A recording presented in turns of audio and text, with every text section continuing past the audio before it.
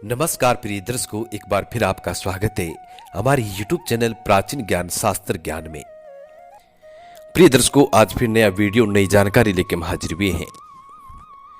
दर्शकों, आज का जो वीडियो है ये बड़ा मोटिवेशनल है, बड़ा ज्ञानवर्धक है, इसलिए वीडियो को आप पूरा देखिएगा ताकि आपको संपूर्ण जानकारी हासिल हो। दर्शकों, आज के वीडियो में हम आपको बताने जा रहे हैं जो लोग शाम के वक्त भोजन करके अपने घर में, अपने रसोई घर में यदि झूठे बर्तन छोड़ देते हैं तो प्रिय दर्शकों उन लोगों का क्या हाल होता है, उन लोगों के घर में क्या होता है। प्रिय दर्शकों, यदि आप भी ऐसी गलती करते हैं कि रात को भोजन करने के बाद और उन बर्तनों को यदि झूठा छोड़ देते हैं तो प्रिय दर्शकों आप इस वीडियो को पूरा देखिएगा ताकि आपको इसकी जानकारी मालूम हो। वीडियो शुरू करने से पहले जो लोग हमसे नए जुड़े हैं वो हमारे चैनल को सब्सक्राइब करें, बेल आइकन ऑन करें, अच्छे कमेंट किया करें ताकि हर आने वाली वीडियो का नोटिफिकेशन सबसे पहले आपको मिले और प्रिय दर्शकों आप उसका फायदा उठा सकें। प्रिय दर्शकों, हमारे इस चैनल में हम रोज नई ज्ञानवर्धक कहानियां, नई ज्ञानवर्धक चर्चाएं लेके आते रहते हैं, इसलिए आप वीडियो के अंत तक बने रहें। शुरू करते हैं प्रिय दर्शकों आज का ये प्यारा सा वीडियो और आपको बताते हैं आज की एक खास और महत्वपूर्ण जानकारी। प्रिय दर्शकों, हमारे शास्त्रों में ऐसा कहा गया है कि जो लोग अपने घर में झूठे बर्तनों को रख देते हैं और सुबह के वक्त उन बर्तनों को साफ करते हैं तो प्रिय दर्शकों ऐसा कहा जाता है कि उस घर में मां लक्ष्मी का प्रवेश नहीं होता है। जिस घर में शाम के खाने के बाद झूठे बर्तनों को रख दिया जाता है तो उस घर में मां लक्ष्मी का आगमन नहीं होता है। प्रिय दर्शकों, इसी विषय में एक छोटी सी कहानी हम प्रस्तुत करने जा रहे हैं। इस कहानी को पूरा सुनिएगा ताकि आपको ये मालूम हो जाए कि शाम के वक्त भोजन करने के बाद और हम यदि झूठा बर्तन हमारे घर में रखते हैं तो उनसे हमारे घर में क्या प्रभाव पड़ता है। प्रिय दर्शकों, प्राचीन काल समय की बात है। एक औरत एक नगर में रहती थी। वो औरत बहुत गरीब थी, बहुत निर्धन थी। प्रिय दर्शकों, उस औरत का पूरा जीवन निर्धनता में और गरीबी में गुजर हुआ। हमेशा वो औरत अपने बदन पे फटे पुराने कपड़े पहना करती और प्रिय दर्शकों हमेशा अपने बच्चों को भी फटे पुराने ही कपड़े पहनाती। उस औरत का पति भी खूब परिश्रम करता, खूब मेहनत किया करता था, लेकिन फिर भी वो कभी धन अर्जित नहीं कर पाया। हमेशा वो भी फटे पुराने कपड़े पहनकर इधर उधर घूमा करता था। प्रिय दर्शकों, जो लोग अधिक मात्रा में गरीब होते हैं प्रिय दर्शकों उन लोगों का जीवन बड़ा दुख में ही होता है। हर कोई व्यक्ति उन लोगों की मजाक भी बनाने लग जाता है। यही हाल इन दोनों पति पत्नी का था। प्रिय दर्शकों, जब भी ये दोनों पति पत्नी कहीं जाते कहीं आते तो रास्ते में मिलने वाले लोग उन दोनों को फटीचर कह के बुलाया करते थे, क्योंकि वो हमेशा फटे पुराने कपड़े पहना करते थे। क्योंकि उनके पास में धन नहीं था, वो लोग बहुत गरीब थे, इसलिए वो लोग अच्छे कपड़े पहनने के लायक भी नहीं थे। जो कोई पैसे वाले बंदे, पैसे वाले लोग उनको देखते तो उन्हें फटीचर कह के बुलाया करते थे। प्रिय दर्शकों, वो दोनों पति पत्नी भगवान की भी खूब सेवा पूजा किया करते थे, लेकिन उन लोगों के नसीब में पता नहीं ऐसा क्या लिखा हुआ था कि वो लोग अपने जीवन में कभी भी धन अर्जित नहीं कर पाए और वो लोग सदा सदा के लिए गरीब ही बनकर रह गए। दोनों पति पत्नी जब भी एक साथ बैठते तो अपने भाग्य को कोसते। प्रिय दर्शकों, जब भी वो पति पत्नी एक दूसरे से बात करते, एक दूसरे को देखते तो प्रिय दर्शकों दोनों पति पत्नी अपने भाग्य को कोसते ऊपर वाले को दोष दिया करते थे। वो लोग हर समय यही बातें किया करते थे कि ऊपर वाले ने हमारे नसीब में ऐसा क्या लिखा है कि इस जीवन में हमने कोई सुख नहीं पाया है और नहीं हमको इस जीवन में कोई सुख मिलने वाला है। क्योंकि प्रिय दर्शकों, इंसान को सुख तब मिलता है जब उसके जीवन में मां लक्ष्मी का आगमन होता है, यानी धन अर्जित कर पाता है। यानी जब किसी व्यक्ति के जीवन में धन अर्जित नहीं होता है, वो लोग धन इकट्ठा नहीं कर पाते हैं, तब तक उन लोगों के जीवन में कोई सुख नहीं आता है। वो दोनों पति पत्नी हमेशा आपस में ये बात करते कि हम मरने के बाद जब ऊपर वाले के दरबार में जाएंगे तो ऊपर वाले से सबसे पहला सवाल हमारा यही होगा कि प्रभु, हमने ऐसा कौन सा गुनाह किया था, हमने ऐसा कौन सा अपराध किया था जिसके कारण हमको ऐसी गरीबी मिली है और हमारा पूरा जीवन गरीबी में ही व्यतीत हुआ है। बस हम ऊपर वाले के पास जाने के बाद सिर्फ और सिर्फ यही सवाल पूछेंगे। प्रिय दर्शकों, दोनों पति पत्नी इस तरह की बातें किया करते थे। दर्शकों, दोनों पति पत्नी गरीबी में गुजर करते हुए अपना जीवन पार कर लेते हैं। अंततः उन दोनों पति पत्नियों को बुढ़ापा आ जाता है और जब बुढ़ापा आता है तो प्रिय दर्शकों, अब उनके हालात और भी ज्यादा खराब हो जाते हैं, क्योंकि जब दोनों पति पत्नी में जवानी थी तो प्रिय दर्शकों, कुछ मेहनत मजदूरी करके अपना पेट भर लिया करते थे। लेकिन बुढ़ापा आने के बाद वो लोग मेहनत मजदूरी करने के काबिल भी नहीं रहे। उनकी संतानों का जीवन भी ऐसा ही था। उनके जो पुत्र थे उनका जीवन भी गरीबी में ही व्यतीत हो रहा था। प्रिय दर्शकों, अब इसका कारण क्या होता है, इस कारण का पता आपको इसी कहानी में आगे चलने वाला है। प्रिय दर्शकों, अब उन दोनों पति पत्नियों को बुढ़ापा आ जाता है और उन लोगों की हालत और भी ज्यादा खराब हो जाती है। प्रिय दर्शकों, अब एक दिन ऐसा आता है कि दोनों पति पत्नियों की मृत्यु हो जाती है और वो दोनों पति पत्नी मरने के बाद भगवान के दरबार में जाते हैं। जब दोनों पति पत्नी मरने के बाद धर्मराज के दरबार में जाते हैं, प्रिय दर्शकों, जब दोनों पति पत्नी मरने के बाद धर्मराज के दरबार में जाते हैं और जब धर्मराज दोनों पति पत्नियों का लेखा जोखा लेता है, धर्मराज उन दोनों पति पत्नियों से कहता है कि तुमने मनुष्य योनि पाने के बाद नहीं तो अपने हाथों से कोई पुण्य कार्य किया है, नहीं किसी को दान दक्षिणा दी है, तुम लोगों ने कुछ भी नहीं किया है, तुम्हारे खाते में कोई भी पुण्य अर्जित नहीं है, इसलिए तुम्हें कठोर से कठोर दंड दिया जाएगा। प्रिय दर्शकों, तब वो दोनों पति पत्नी धर्मराज से कहने लगते हैं कि प्रभु, नाइंसाफी तो आपने हमारे साथ की है।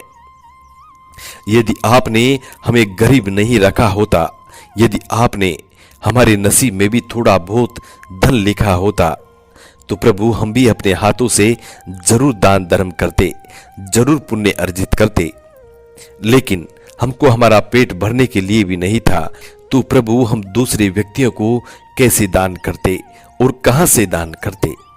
तब धर्मराज उन दोनों पति पत्नियों से कहता है, धर्मराज कहता है कि ए मनुष्य, मेरी बात को गौर से सुनो, हे औरत तुम भी मेरी बात को गौर से सुनो। धर्मराज कहता है कि मेरा जो काम है तुम दोनों का लेखा जोखा लेना है, मेरा काम तुम लोगों का भाग्य लिखना नहीं है। इसलिए यदि तुम ये जानना चाहते हो कि तुम लोगों के भाग्य में क्या लिखा है, तो तुम सीधे ब्रह्मा जी के पास जाओ। परमपिता ब्रह्मा ही तुम्हें ये बता सकते हैं कि तुम्हारा भाग्य उदय क्यों नहीं हुआ और तुम्हारा पूरा जीवन गरीबी में ही क्यों व्यतीत हुआ। तो प्रिय दर्शकों, अब धर्मराज उन दोनों पति पत्नियों को ब्रह्मलोक में भेज देते हैं। जब दोनों पति पत्नी ब्रह्मलोक में जाते हैं, तब परमपिता ब्रह्मदेव उन दोनों पति पत्नियों से कहते हैं कि ए मनुष्य, तुम लोग यहाँ क्यों आए हो, यहाँ आने का कारण क्या है और तुम्हें यहाँ पे आने की अनुमति किसने दी है। तब वो दोनों पति पत्नी कहते हैं कि हे परमपिता ब्रह्मदेव, हम धर्मराज का आदेश अनुसार आपके दरबार में आए हैं।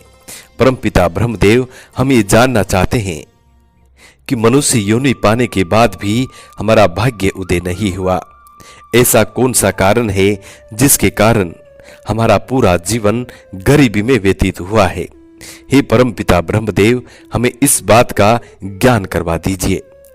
तब परमपिता ब्रह्मदेव उन दोनों पति पत्नियों का लेखा जोखा देखता है कि इन लोगों के भाग्य में ऐसा मैंने क्या लिखा था। प्रिय दर्शकों, तब परमपिता ब्रह्मदेव अपना बही खाता खोलते हैं और उसके अंदर देखने लगते हैं। तब परमपिता ब्रह्मदेव अपने बही खाते में देखने के बाद दोनों पति पत्नियों से कहते हैं कि ए मनुष्य, क्यों झूठ बोल रहे हो, तुम्हारे खाते में, तुम्हारे नसीब में काफी धन लिखा हुआ है। तब वो दोनों पति पत्नी कहते हैं कि परमपिता ब्रह्मदेव, हमारी माली स्थिति आप देख सकते हैं, हमारे जीवन काल की स्थिति भी आप देख सकते हैं। आपसे कुछ भी छुपा हुआ नहीं है। यदि हमारे नसीब में यहां पे धन लिखा है तो प्रभु हमारे नसीब में वहां धन क्यों नहीं था? हम क्यों धन अर्जित नहीं कर पाए? ऐसा कौन सा कारण है? प्रिय दर्शकों, तब परमपिता ब्रह्मदेव दोनों पति पत्नियों से कहते हैं कि इसका कारण तुम्हें मैं नहीं बता सकता, इसका कारण तुम्हें मां लक्ष्मी बता सकती है। इसलिए तुम्हें अब विष्णु लोक में जाना चाहिए। वहां जाने के बाद ही तुम्हें पता लगेगा कि तुमने मनुष्य जीवन पाने के बाद और तुम्हारे नसीब में धन होने के बाद भी तुम लोगों ने धन क्यों नहीं अर्जित कर पाए? तुम लोग धन क्यों नहीं अर्जित कर पाए? प्रिय दर्शकों, तब परमपिता ब्रह्मदेव की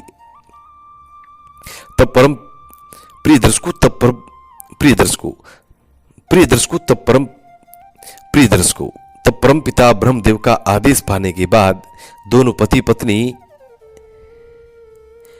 विष्णु लोक में जाते हैं और जाते ही भगवान श्री हरि नारायण और मां लक्ष्मी को प्रणाम करते हैं और प्रणाम करने के बाद अपना भाग्य के बारे में जानना शुरू कर देते हैं। प्रिय दर्शकों, तब श्री हरि विष्णु कहते हैं कि ए मनुष्य, तुम यहां क्यों आए हो? तब दोनों पति पत्नी श्री हरि विष्णु से और मां लक्ष्मी से पूछने लग जाते हैं कि प्रभु, मनुष्य जीवन पाने के बाद भी हमारा भाग्य उदय नहीं हुआ और परमपिता ब्रह्मदेव कह रहे हैं कि हमारे नसीब में काफी धन लिखा है, लेकिन हमने हमारे जीवन में बिल्कुल भी धन नहीं पाया है। इसका कारण क्या है? प्रिय दर्शकों, तब परमपिता श्री हरि विष्णु मां लक्ष्मी से कहने लगते हैं कि लक्ष्मी, अब तुम ये बताओ कि इन दोनों के घर तुम्हारा आगमन कैसे नहीं हुआ? इन दोनों के घर तुम क्यों नहीं पहुंची? परमपिता ब्रह्मदेव ने इनके नसीब में धन लिखा है, लेकिन फिर भी तुम इनके घर क्यों नहीं पहुंची हो?